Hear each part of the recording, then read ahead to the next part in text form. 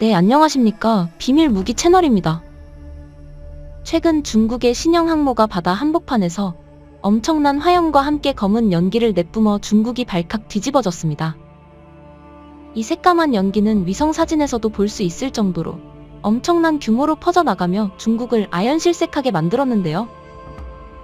그것도 그럴 것이 그간 해군력에 올인했던 중국의 노력이 한순간에 물거품 됐기 때문으로 이번 일로 중국 항모의 민낯이 제대로 까발려졌다고 하는데 자세히 알아보겠습니다. 지난달 중국의 세 번째 항공모함인 푸제남이 상하이 조선소 부두를 출발해 첫 번째 시험 항해를 시도했습니다. 글로벌 타임스에 따르면 재작년 6월 진수 이후 계류 상태 테스트를 진행한 푸제남은 이달 11일 20일 동안에 2차 시험 항해를 마치고 상하이 장난조선소로 복귀했습니다. 글로벌 타임스는 푸제남의 2차 시험 항해가 공식 발표되지는 않았으나 중국 상하이 해사국이 발표한 항해 제한 공지를 고려할 때 지난달 23일 시작돼 이달 11일까지 이어졌을 것이라고 전했는데요. 푸제남의 첫 시험 항해는 지난달 있었는데 이에 대해 글로벌 타임스는 1차와 2차 시험 항해 사이에 2주라는 시차만 존재한다는 점에서 첫 시험 항해가 매우 성공적이었고 항모가 복잡한 조정이 필요하지 않다는 점을 보여준다고 강조했습니다. 장난조선소에서 멀지 않은 동중국해 해역을 선택한 1차 시험 항해와 달리 이번 2차 시험 항해는 황해로 한층 북상했는데 홍콩 성도일보는 위성사진 분석 결과 2차 시험에서 급선회와 후진 등 항모 추진 시스템에 관한 점검이 이뤄졌다고 전했습니다. 중국의 한 군사 전문가는 두 번째 시험 항해는 긴 것이었고 푸제남이 테스트 진행 속도를 빠르게 유지하기 위해 추가 목표를 갖고 집중적인 시험을 했음을 보여준다며 이번 시험이 항모의 추가 시험 항해와 추역에 단단한 기초를 놨다고 말했습니다. 사실 푸제남의 경우 기존에 보유하고 있는 랴오닝함, 산둥함과 달리 100% 중국의 독자 기술로 건조된 만큼 중국 당국이 거는 기대가 매우 큰 상황입니다. 푸제남은 중국이 자체 설계 건조한 최초의 사출형 항공모함으로 배수량은 8만여 TU로 1호 항모 랴오닝함과 2호 항모 산둥함의 스키점프대 함재기 이륙 방식이 아닌 전자기 캐터펄트 방식을 채택한 게 가장 큰 특징입니다. 이를 통해 제한된 시간에 더 많은 함재기를 날려보낼 수 있는데 전자기 캐터펄트를 갖춘 항모는 미 제럴드 R 포드함에 이어 세계 두 번째로 알려졌습니다. 규모 면에서도 푸제남은 랴오닝함, 산둥함보다 배수량도 훨씬 커서 탑재할 수 있는 설비나 기능 또한 더욱 다양한 것으로 전해집니다. 그런데 사실 항모가 진수에서 취역까지 보통 몇 년이 걸리는 만큼 당장의 테스트가 끝난 건 아닙니다. 실제로 2013년 진수된 미국의 최신예 핵추진 항모 제럴드 R 포드함은 2017년 취역했고 처음 전개된 것도 2022년이었습니다. 통상 최대 1년이 걸리는 시험 항해의 경우 취역으로 가는 마지막 관문으로 일컫는데 중국의 랴오닝함과 산둥함은 취역에 앞서 각각 10회와 9회 시험 항해를 했었습니다. 그런데 이렇게나 기대가 큰 중국의 최신형 항모 푸제남이 최근 진행한 테스트에서 아주 큰 결함이 발견돼 난리가 나며 역시나 중국답다는 평가가 쏟아졌다고 합니다. 주요 외신에 따르면 앞서 중국 소식통들 사이에서 해상 테스트 중이던 푸제남의 이상 징후를 발견했다는 소식이 이어지며 중국이 발칵 뒤집어졌습니다.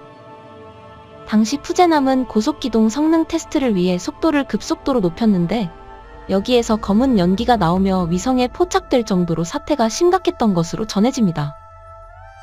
사실 중국에서는 푸제남을 새로 설계한 항모라고 강조하며 푸제남의 동력이 15% 증가했다고 밝혔지만 따지고 보면 동력 계통은 산둥함의 보일러, 증기터빈을 살짝 개량해 만든 장비를 탑재하고 있는 수준입니다.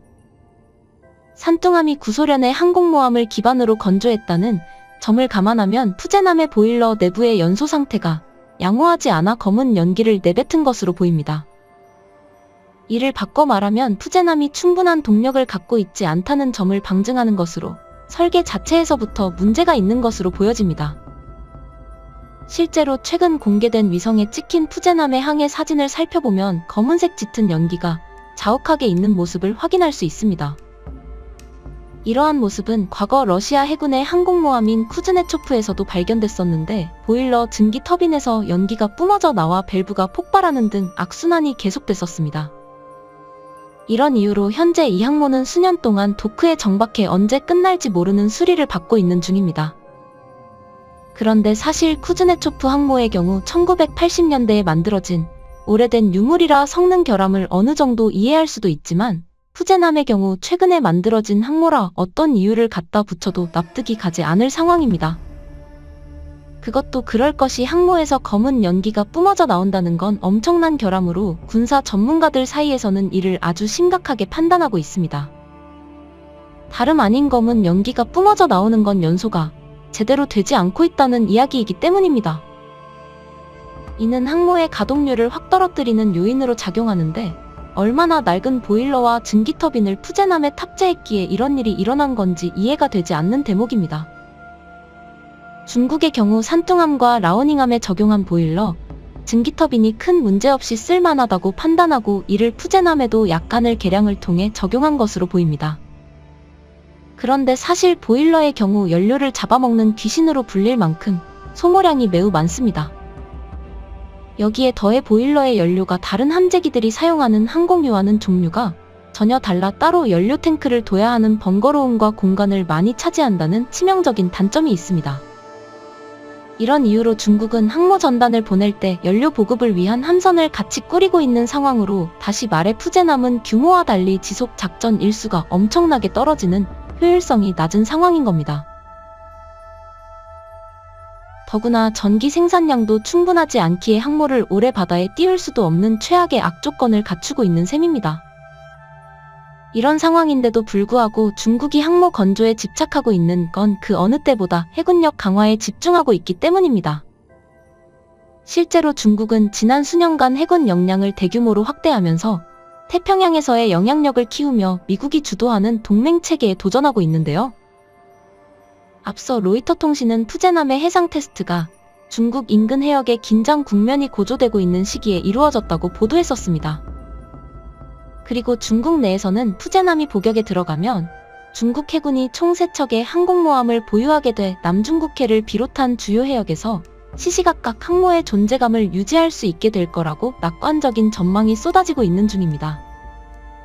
중국의 군사 전문가인 숭샤오지는 중국이 3척의 항공모함을 보유하게 되면 한 척이 유지보수 중이더라도 다른 한 척은 훈련에 나머지 한 척은 작전에 투입할 수 있게 된다라고, 특히나 중국 해군이 향후 푸제남과 같은 수준 또는 더 큰 형태의 항공모함을 건조하는 데에 상당한 도움이 될 것으로 기대했는데요. 얼마 전 중국의 관영 매체인 환투스바오는 익명의 중국 군사 전문가를 인용해 외형 면에서 푸제남이 현재 세계에서 가장 선진적인 항공모함과 비견할 수 있다고 보도하기도 했습니다. 그런데 사실 이렇게 중국이 항모 개발에 열을 올리고 있는 것과 달리 실상을 보면 한계점이 명확해 역시나 중국의 계획대로 되지 않을 거라는 분석이 나옵니다. 중국은 미국 최신의 포드급 항공모함과 거의 비슷한 성능을 보유하고 있다고 주장하고 있지만 이는 말뿐으로 아직 검증된 게 아무것도 없습니다. 우선 푸제남에 설치된 전자식 캐터펄트가 실제로 유용한지는 함재기 이착륙을 통해 입증할 수 있지만 캐터펄트가 있는 것만으로는 충분치 않습니다. 전투기와 조기 경보기, 전자전기, 대잠초계기, 수송기가 갖춰져야 제대로 된 항공모함에 힘을 낼 수 있기 때문입니다. 그런데 이 부분의 성능들이 아직 제대로 확인되지 않았으며 테스트들이 비밀리에 진행되고 있는 탓에 중국의 말만 믿어야 하는 상황입니다. 또한 푸제남 등 중국 항모에 제-25B 전투기를 탑재하는 일 역시 쉽지 않아 보입니다. 러시아제 스-33 전투기를 모방한 중국 제-25 전투기는 현재 중국이 보유한 유일한 함재기인데요. 러시아는 이미 구형인 스-33 전투기 사용을 포기했지만 중국 해군은 다른 선택지가 없어 랴오닝함과 산둥함은 모두 제-25 전투기의 이착륙 훈련을 진행했었습니다. 하지만 두 함에는 캐터펄트가 없어 제-25 전투기의 무게 문제 해결법을 찾을 기회가 없었습니다. 실제로 제-25 전투기는 약 17.5톤으로 미군 전투기에 비해 무거운데 반면에 미군 슈퍼 호넷의 무게는 약 14.6톤로 F-35C의 무게는 약 15.7톤에 불과합니다. 이렇듯 무거운 제-25 전투기를 랴오닝함의 스키점프대에서 이륙시키는 일은 상대적으로 어려운 일입니다. 무리해서라도 이륙 속도를 확보하려면 러시아산 AL-31 엔진을 장착해야 하고 기름과 탄약을 최대로 적재하지 못하고 줄여야 하는데 이렇게 하지 않으면 바다에 추락할 위험이 매우 큽니다. 앞서 중국 인민해방군 해군은 필리핀해와 오키나와 해역에서 랴오닝함을 동원해 훈련을 진행해 제-25 전투기 이착륙을 여러 차례 했었는데요. 그러나 일본 자위대가 촬영한 사진을 보면 당시 제-25 전투기는 이착륙 안전을 확보하기 위한 절충한 공대공 미사일만 탑재했습니다. 이는 다시 말해서 랴오닝함과 산둥함 항모가 아직 해상이나 지상 공격을 할 수 없으며 해전 전력을 보유하지 못했다는 의미입니다. 이런 상황에 푸제남의 진수는 중국의 엄청난 희망이 됐을 것으로 보이는데, 전자식 캐터펄트를 탑재하면 제-25 전투기가 랴오닝함에서 이륙할 때와는 달리 탄약을 최대한으로 탑재할 수 있기 때문입니다. 하지만 중국의 바람대로 푸제남이 실전 배치되려면 아직 몇 년의 해상 테스트가 필요한 상황으로 캐터펄트로 쏘아 올릴 함재기도 추가로 확보해야 하는 등 앞으로도 넘어야 할 산이 많은데요. 왠지 중국의 기대가 일장춘몽으로 끝날 것 같습니다. 시청해주셔서 감사합니다. 영상이 도움이 되셨다면 구독과 좋아요 부탁드리며 다음에 더 유익한 영상으로 찾아뵙도록 하겠습니다.